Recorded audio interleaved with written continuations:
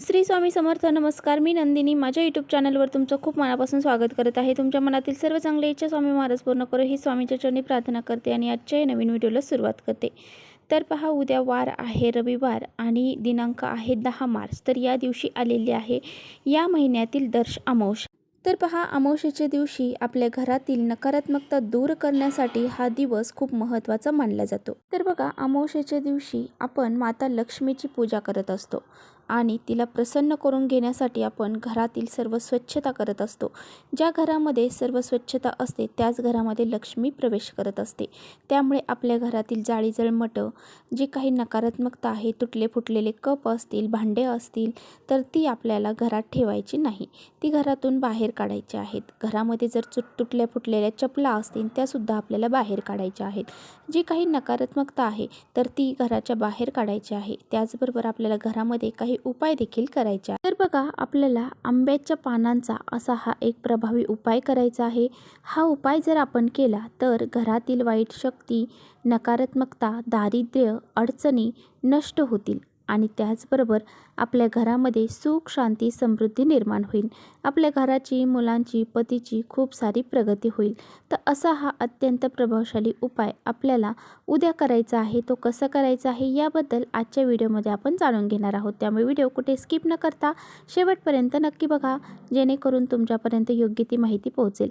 आपल्या चॅनलवर जर नवीन असाल तर चॅनलला सबस्क्राईब करा. त्याचबरोबर शेजारचं जे बेल आयकॉनचं बटन आहे ते प्रेस करा, म्हणजे मी जेव्हा नवीन व्हिडिओ अपलोड करेन त्याचं नोटिफिकेशन सर्वात अगोदर तुम्हाला भेटेल आणि तुम्ही एकही व्हिडिओ मिस करणार नाही. आंब्याच्या झाडाचं आरोग्याच्या दृष्टीने सुद्धा खूप महत्त्व आहे. त्याचबरोबर धार्मिक शास्त्रामध्ये सुद्धा याचं खूप सारं महत्त्व सांगितलेलं आहे. पहा, अमावस्येच्या दिवशी जर आपण आंब्यांच्या पानांचे काही उपाय केले तर आपल्या जीवनातील जी काही नकारात्मकता आहे ती दूर होऊन जाते.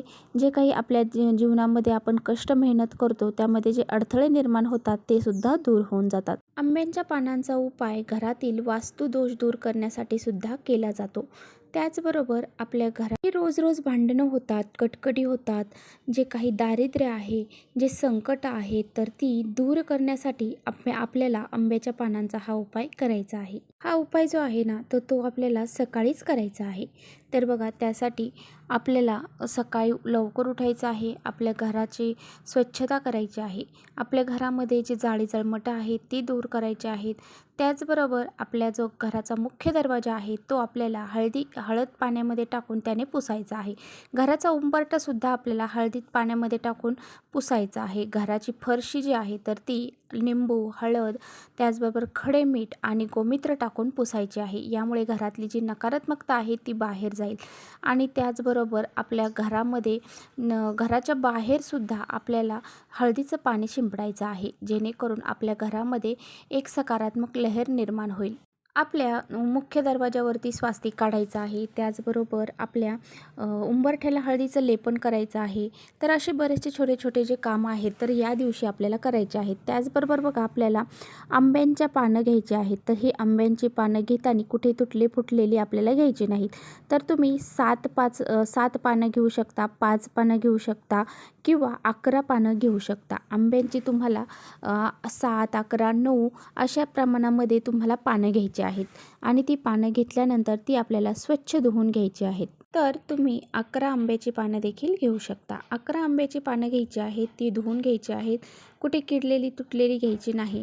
त्यानंतर बघा, आपल्याला हळदीची पेस्ट तयार करायची आहे. हळद आणि कुंकू दोन्ही मिक्स करायचं आणि त्याची पेस्ट तयार करायची आणि त्याने आपल्याला या प्रत्येक पानावरती ओम महालक्ष्मी प्रसन्न, ओम महालक्ष्मी प्रसन्न असं हे लिहायचं आहे. आणि बघा, जी काडीने तुम्ही लिहिणार आहात तर ती काडीसुद्धा तुम्हाला आंब्याच्या झाडाचीच वापरायची आहे.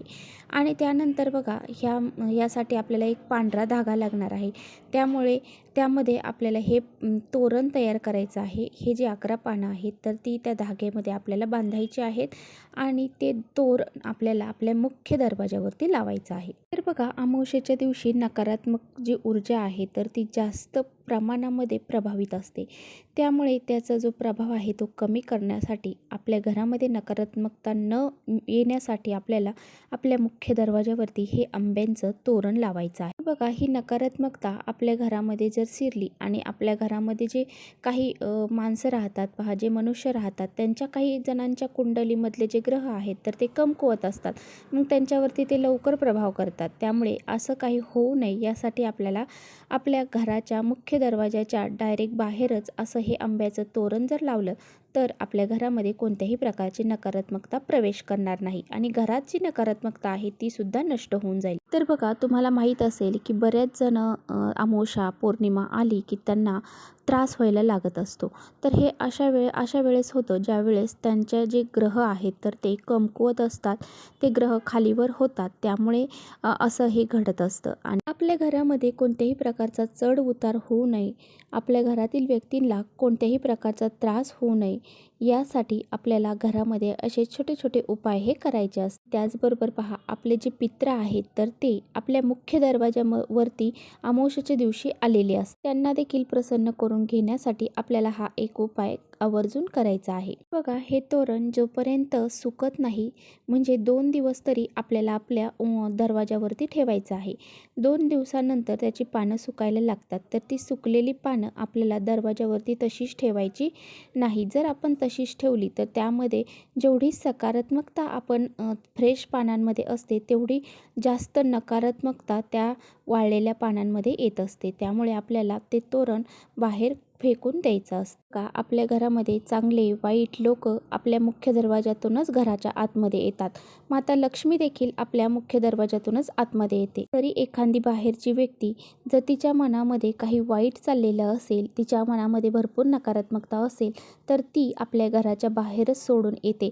त्यामुळे असे हे तोरण आपल्याला आपल्या घराच्या मुख्य दरवाजावरती लावायचं आहे आणि आपल्या घराला कुणाचीही नजर देखील लागली जात नाही. असं हे प्रसन्न असं आंब्याचं तोरण पाहून सुद्धा माता लक्ष्मी देखील प्रसन्न होते आणि ती आपल्या घरामध्ये प्रवेश करते. त्याचबरोबर बघा, आपण एक ग्लासभर गंगाजल घ्यायचं आहे आणि गंगाजल जर नसेल तर गोमित्र घ्यायचं आहे. त्यामध्ये एक आंब्याचं पान बुडवायचं आणि ते पाण्याने आपल्याला घरामध्ये पूर्ण शिंपडायचं आहे आणि शिंपडल्यानंतर पहा, आपल्या घरामधली जी काही नकारात्मकता आहे ती नष्ट होते आणि घरामध्ये सकारात्मकता निर्माण होते. आणि अशी ही सकारात्मकता जर घरामध्ये निर्माण झाली तर घरातील माणसांचे जे काही मन आहे त्यांचे मनसुद्धा प्रसन्न होते आणि घरामध्ये एक प्रकारचं आनंदाचं वातावरण निर्माण होतं. त्यामुळे असा हा उपाय आपल्याला करायचा आहे. तर चला, इथेच करते व्हिडिओचा एंड. व्हिडिओ आवडला असेल तर नक्की लाईक करा. चॅनलवर नवीन असाल तर चॅनलला सबस्क्राईब करा. परत भेटूया अशा छानशा व्हिडिओसोबत. तोपर्यंत श्री स्वामी समर्थ.